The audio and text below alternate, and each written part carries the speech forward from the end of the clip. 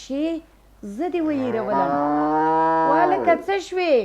راشه دا غوا څرولو ته بوځه. خان اوس موږ ته بل جوال ګنډي چې موږ پکې واچوي. له کاره خلاصه سوې؟ اوغو جله مې جارو کړه، خو د خان خبرو اوس هم زما مغزه په جوش راوستي. ستا ککره توره کټوه ده، په سړو ایرو هم جوش خوري. څه دې اورېدلي چې داسې جوش خوري؟ هېڅ مې نه دي اورېدلي. زه د جبار خان غومبسو چیچلی یم. نیم عمر یې د ځمکې په داو دنګلو را باندې تېر که. زما غوا یې خپلې ځمکې ته نه پرېښوده، اوس رانه لور غواړي. لور درنه غواړي؟ دا څه وایې؟ ته ویده یې او که په خوب کې خبرې کوې؟ ولې به ویده یم؟ زه د ویښې خبرې درته کوم. جبار خان باید په دې پوه شي چې نور دا بدرنګ خوبونه ونه ویني. جبار خان زموږ په باره کې څه خوب لیدلی؟ تور توتان یې راته په خوب کې لیدلي. اوس غواړي چې زما لور ګلالۍ خپل زوی سرور ته وغواړي. دا څه وایې؟ ته په دې څه پوهېږې چې جبار خان ګلالۍ سرور ته غواړي؟ زینبه یې ریبارۍ ته راستولې وه. هغې ما ته د تجبیبي له خوا یاده کړه. تا ورته څه وویل؟ هغه څه مې ورته وویل چې خولې ته مې راتلل. د زینبې په لاس مې تجبیبي ته تور مرچ ولېږل. تر اوسه به یې خوله پې ترخه وي. کم عقلې ښځې، غوږ دې وګوره بیا په سپي پسې منډې وهه. دا هسې د هوا خبرې دي، په دې خبرو دې ماغزه مه خوره. ولې زما په خبرو دې باور نه راځي؟ ستا په خبره څه چې په تا مې هم باور نه راځي. دا هوایي خبرې دي، د هوا خبرې پرېږده هوا ته. که تجبیبي د ګلالۍ او سرور خبره بیا ماته یاده کړه، بیا زه څه ورته وایم؟ که تا ته یې یاده کړه، ته ورته ووایه چې له پلار سره یې خبرې وکړئ. ته ورنه خلاصه اوسه. زه به جارو کم زیارتونه شین کې بابا کمې قبول کې دا سوالونه په تورو سنو. نوره که ته د هغه ټایپ غلی که چې زموږ خبرې دې په غوږو کې نیغې ننوځي. ښه دا دی، ووایه څه مشکلات لرئ؟ په توره شپه په ځنګله کې اوسېدل او بیا د دې ونو په غلا وهل تا ته ساده خبره ښکاري؟ که د کلي خلک په دې وپوهېږي چې د دې ونو په وهلو او غلا کولو کې موږ شریک یو، په ما او غفور به څه راولي؟ که د کلیوالو ګوتو ته ورغلو، زموږ د سر پوستکی به پښو ته راولي. نورکه زه دې دې ته حیران کړی یم چې دا ستا ګنج او ستا خزانه څه شوه؟ تر اوسه خو نه موږ خزانه ولیده او نه خزانه دار.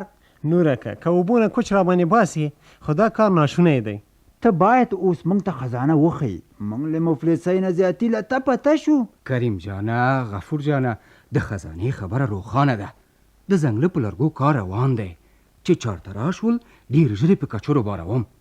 سړي شته بهر ته یوړي او له هغې خوا نه یوه بوجۍ لوټونه راوړي. تر هغې پورې چې دا وچه غوا لنګېږي، موږ به له مفلسۍ او بې پوډرۍ نه خپلو څپلیو سره قبر ته ننوځو. نورکه خیر دی، موږ به د کار تر پای در سره ودرېږو، خو د دم قدم خبره وکړه. اوس په زه او غفور څه خورو او څه څکو؟ اسانه خبره ده، خپل روغ ګریوانونه مشلوئ. خبره روغه ده. اوس چې تاسو هر څه ته ضرورت لرئ، زه به یې درکړم. نورکه ته زموږ په مرض ښه پوهېږې چې پوډر نه وي موږ به ګونګیان شو. پوډر چې څومره ستاسو په کار وي زه یې درکوم. بېغمه اوسئ. نور څه غواړئ؟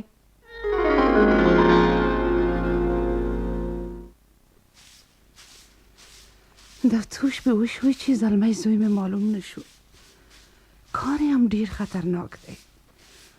ماین پاکي خو آسانه کار نه دی. مورې السلام علیکم. انګل جارو کوئ؟ او زویه خدای دې عمر ډېر که.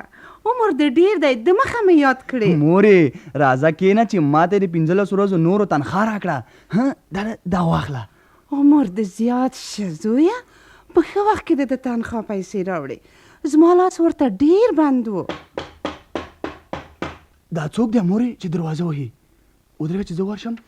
خدای دې خیر کې. وګوره زویه چې څوک دی. ماما په خیر راغلی. خیر یوسې خورای ګله. مورې ماما مې دی، اکبر ماما مې راغی. دا څه کوې وروره؟ کوم ورور د خور د کور دروازه ټکوي چې ته یې ټکوي؟ ما ویل چې کومه مېلمنه ښځه در کره نه وي راغلي او بیا چې د خپل کور دروازه مو ټکول شي بده نه ده، ځکه چې کور کې تور سرې ناستې وي چې ځان راټول کړي. دا خو د ښه وویل. رښتیا ستړې مشه مې هم هیره شوه. هر کله راشې وروره. خدای دې ښه ژوند درکړي، بچیان دې ژوندي اوسه. زلمیه ستا له کاره سره څه حال دی؟ ماما شکر ورځ او شپه ښه راباندې تېرېږي. نن یې راته د 15 ورځو نوره تنخوا هم راکړه. ډېر شکر دی. انشاءالله ستاسو ورځ به نوره هم ښه شي. خورې ستا د ګنډلو شیان په پاکستان کې یوې موسسې ډېر خوښ کړي دي. که هغې موسسې ته ورشي انشاءالله ډېر ښه کار به دې تر ګوتو شي او د ګنډلو لپاره به ډېر نور فرمایشونه هم درته درکړي. وروره زه چې پاکستان ته لاړه شم دا کور چاته پرېږدم. زمری مې وړوکی دی، جانداد خو هسې نیمګړی هلک دی. اندېښنه مه کوه، موږ خو یو دوی کله یوازې پرېږدو. وروره زه چې لاړه شم هلته به چیرته شپې تېروم. خورې زه در سره ځم، د ماما ستار کورنۍ ته ورځو، هغه خو خپل سړی دی.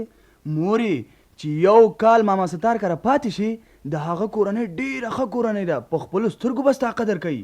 رښتیا خورې زرمینه لږه ناروغه ده، بېګارې سي چندان جوړه نه ده. یو ځل ورشه هغه ووینه. ناروغه ده؟ ښه شو چې خبره دې کړم ورور جانه، ډېر زر به ورشم. انجینیر شیر محمده دې دوو کارونو ما ته غاښدردي پیدا کړې ده. خوار شي نیک محمده، ستا خو ټول غاښونه ساختګي دي، ساختګي غاښونه کله درد لري. په هر صورت مامور صاحب نیک محمد خانه، کومو دوو کارونو تا ته غاښ دردي پیدا کړې ده؟ دغه زموږ د کلي د سړک او پلونو کار. مامور صاحب مونږ هغه ورځ ایله د کوز کلي له یوې سانه خلاص شو. بولدا چې زه د پلونو او سړک په باره کې له خپلې موسسې سره غږېدلی یم. غږېدلې څه کوې؟ دا ووایه چې په جوړېدو کې له موږ سره مرسته کوي او که نه. که نوره مرسته یې ونه کړه نو د ځینو موادو او سامانونو مرسته خو به ضرور وکړي. انجینر صاحب ډېره مهمه خبره د کلي د ښوونځي جوړېدل دي. ټول ماشومان بې سرنوشته او بې سواده پاتې دي. که دا ښوونځی بیا جوړ سي دا به ډېر نیک کار وي. رحیم جانه دا د کلیوالو کار دی، ټول کلی باید د ښوونځي په بیا جوړېدو کې مټې راونغاړي. زه فکر کوم زموږ ټول سپین ږیري دې کار ته خوښ دي. چې داسې ده دوی د زموږ له موسسې نه د موادو په برابرولو کې مرسته وغواړي. یعنې مرسته به وکړي؟ ولې نه؟ یوه بله خبره را یاده شو مامور صاحب نیک محمده. سړیه د ځوانۍ خبره دې ده که د زړښت؟ په دواړو زمانو پورې اړه لري. خبره دا ده چې هغه ورځ مې وزې ځنګله ته بیولې وې. وایه خیر محمده ځنګله کې دې څه ولیدل؟ د ځنګله زیاتې ونې اره شوې وې. نه پوهېږم چې دا کار چا کړی دی.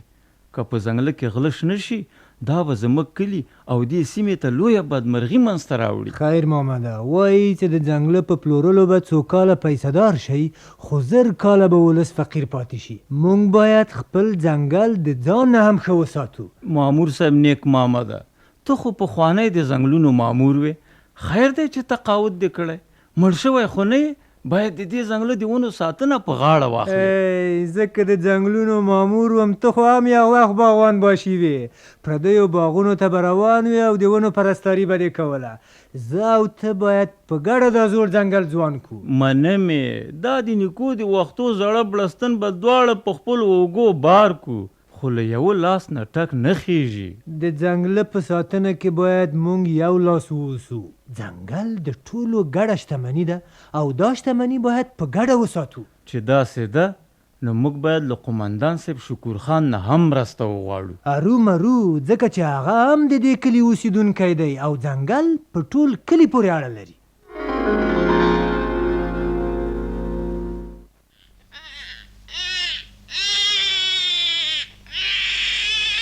عقله ده بې عقله ده توتو ته به یې بویم په توتو به یې خوراک کم کفن به یې پوشاک کم.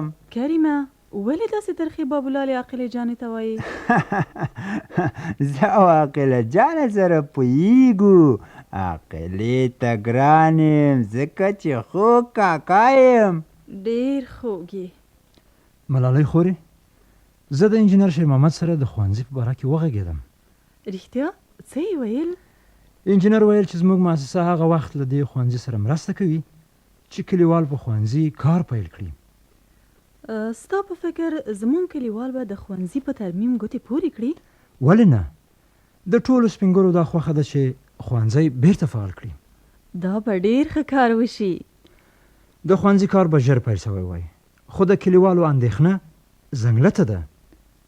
ځنګله ته؟ په ځنګله څه شوي دي؟ څو تنه ظالمان پیدا شوي چې زموږ د غره د ځنګله ونې په غلا وهي. دا ظالمان چې د ځنګله ونې وهي د دوی مخه باید ونیولی شي. سپینګرو فیصله وکړه چې قومندان هم پرې خبر کړي. که خدای کول ډېر ژر به دا د لرګو غله په خپل تناره کې خپله غورځېږي.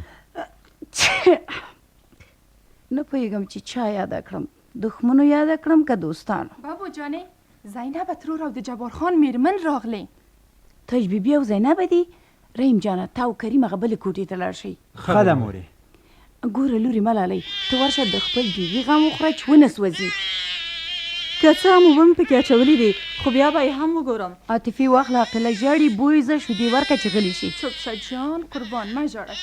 سلام علیکم خورې. ښه ده چې شته یې. چیرته به ځم؟ هر کله راشئ، خدای م راوله، ستړي مه شئ. ته راوړه دا مخ خو دې ښکل کړم. څنګه یې خورې؟ تجویبي خورې دغلته کښېنه.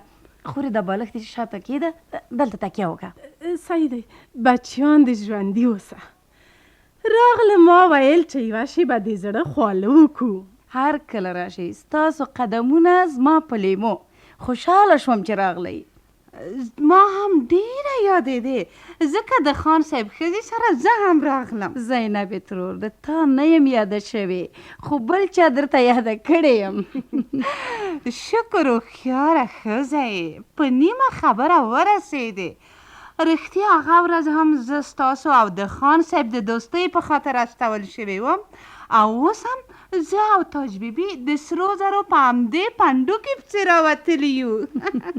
رابیا ګلې خورې، دا ده زه پښتني ځولۍ درته غوړوم. د څه دپاره تاج بیبي؟